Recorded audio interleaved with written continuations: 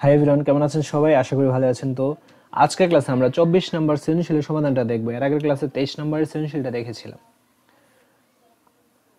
কি বলছে দেখো, একটি সৈন্যদলকে 6, 7, 8 সারিতে সাজানো যায়, কিন্তু বর্গাকারে সাজানো যায় না।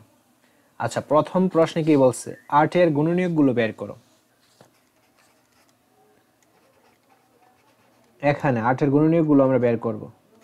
তো 8 একে 8, তারপর 2 দ্বারা কিন্তু যাই, 4 দুগুণে 8, 3 দ্বারা যায় না, 4 তো এখানে এসেই পড়লো। তো 8 এর গুণনীয়কগুলো হলো 1, 2, 4 এবং 8। তো আমাদের ক্ষয়ে কি বলছে? সৈন্য সংখ্যাকে কোন ক্ষুদ্রতম সংখ্যা দ্বারা গুণ করলে সৈন্য সংখ্যাকে বর্গাকারে সাজানো যাবে? তো এখানে সৈন্যদল হচ্ছে 6, 7, 8। আমাদের কাজ হচ্ছে এদের লসাগু বের করা। এদের লসাগুই হবে কি? সৈন্য সংখ্যা। তারপর আমাদের সৈন্য সংখ্যাকে কি করতে হবে? উৎপাদকে বিশ্লেষণ করতে হবে। আচ্ছা, আমরা আপাতত এতটুকু করিনি।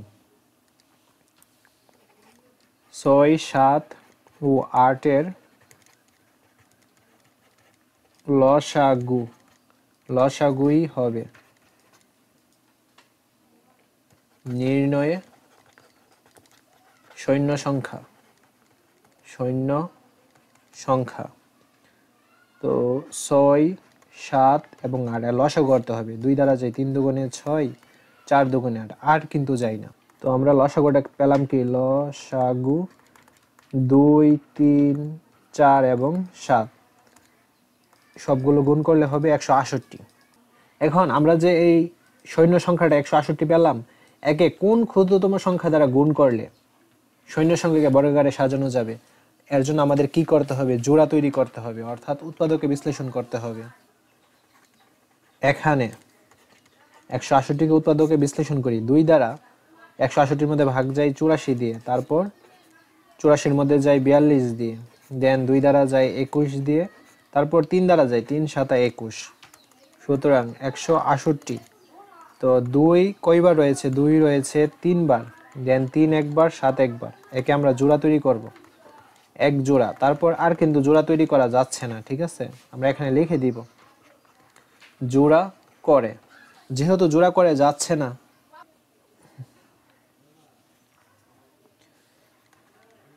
দেখা যাচ্ছে 2, 3 ও 7 জোড়াবিহীন। 2, 3 ও 7 কি? জোড়াবিহীন।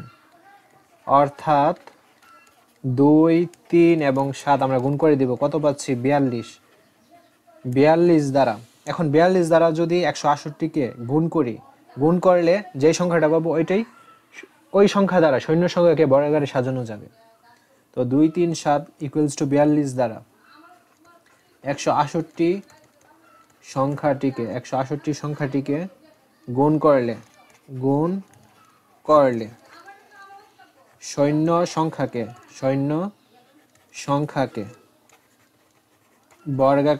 সংখ্যাকে বর্গাকারে সাজানো যাবে, ঠিক আছে? তাও আমরা কি পাচ্ছি? নির্ণয়ে ক্ষুদ্রতম সংখ্যাটা কি পাচ্ছি? নির্ণয়ে ক্ষুদ্রতম সংখ্যা পাচ্ছি 42। এটাই হচ্ছে অ্যান্সার। আমাদের প্রশ্ন কিন্তু এইটাই বলছে, সৈন্য সংখ্যাকে কোন ক্ষুদ্রতম সংখ্যা দ্বারা গুণ করলে সৈন্য সংখ্যা বর্গাকারে সাজানো যাবে? তো 42 সংখ্যাটাকে গুণ করলে গুণফল একটা পূর্ণবর্গ সংখ্যা হবে, বা সৈন্য সংখ্যাকে বর্গাকারে সাজানো যাবে। তো গ নম্বর অঙ্কটা দেখো, ওই দলে কমপক্ষে কতজন সৈন্য যোগ দিলে সৈন্যদলকে বর্গাকারে সাজানো যাবে? এরকম অঙ্ক কিন্তু আমরা বইয়ে অনেকবার করেছি, অনুশীলনের যে অঙ্কগুলো ওইগুলোতে। তো আমাদের এখন কি করতে হবে? 168 যে সংখ্যাটা পাইছি খতে, ওই 168 সংখ্যাটিকে আমাদের বর্গমূল করতে হবে। করার পর দেখতে হবে ওইটা কি পূর্ণবর্গ সংখ্যা কিনা। যদি না হয়, সেক্ষেত্রে ক্ষুদ্রতম একটা সংখ্যা আমাদের বের করতে হবে। যেটা বের হবে ওই অ্যান্সারটাই হবে কি? কমপক্ষে অতজন সৈন্য, যেটা যোগ দিলে সৈন্যদলকে বর্গাকারে সাজানো যাবে। তো আমরা এখানে এই অঙ্কের সমাধানটা করি। খ হতে পাই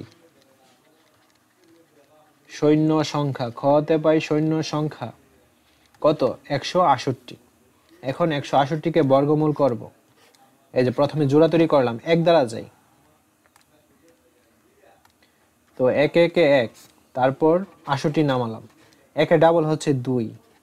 এখন 2 এর সাথে 2 গুণ করব, 2 এর সাথে 2 দিয়ে 2 দ্বারা সবটাকে গুণ করলে কি পাওয়া যাবে, 2 দুগুণে 4, 2 দুগুণে 4, 44। তো তুমি 3 দিয়ে দেখতে পারো যায় কিনা, 3 3 9, 3 দুগুণে 6, 69 বেশি হয়ে যায়। তো 2 দিয়ে গুণ করবা, যেটা দিয়ে গুণ করবা ওইটা ভাগফলে 2 হবে, ঠিক আছে।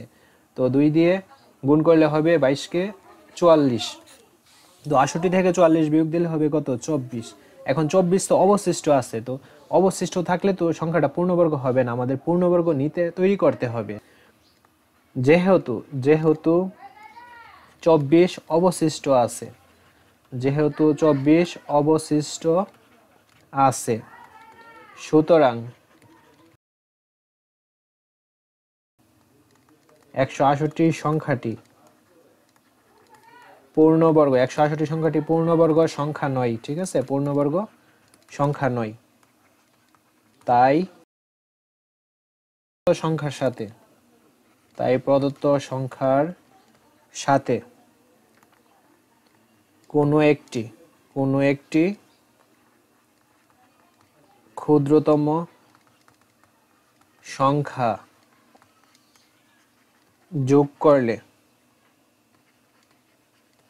একটি যোগফলটা একটি কি হবে, যোগফলটা একটি পূর্ণবর্গ সংখ্যা হবে, যোগফল একটি পূর্ণবর্গ সংখ্যা হবে। তখন এর বর্গমূল, তখন এর বর্গমূল হবে, আমাদের বর্গমূল কি বের হয়েছিল 12, 12 সাথে আমরা 1 যোগ করে দিব, 12 সাথে 1 যোগ করলে হবে 13, ঠিক আছে। এখন আমরা ক্ষুদ্রতম সংখ্যাটা বের করে ফেলি, নির্ণয়ে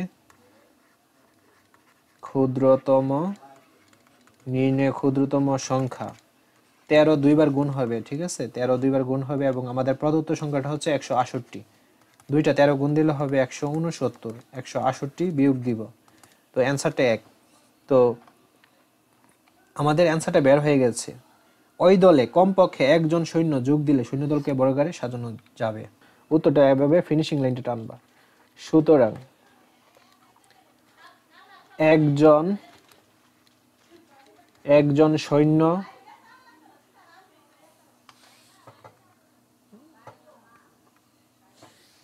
সৈন্য যোগ দিলে সৈন্য দলকে বর্গাকারে সাজানো যাবে, ঠিক আছে, এই হলো অ্যান্সারটা। তো আজকের ক্লাসটি এ পর্যন্তই। পরবর্তী ক্লাসটা আমরা দ্বিতীয় অধ্যায় সমানুপাত ও লাভ ক্ষতি, এই অধ্যায়টি নিয়ে আলোচনা করব। ধন্যবাদ সবাই।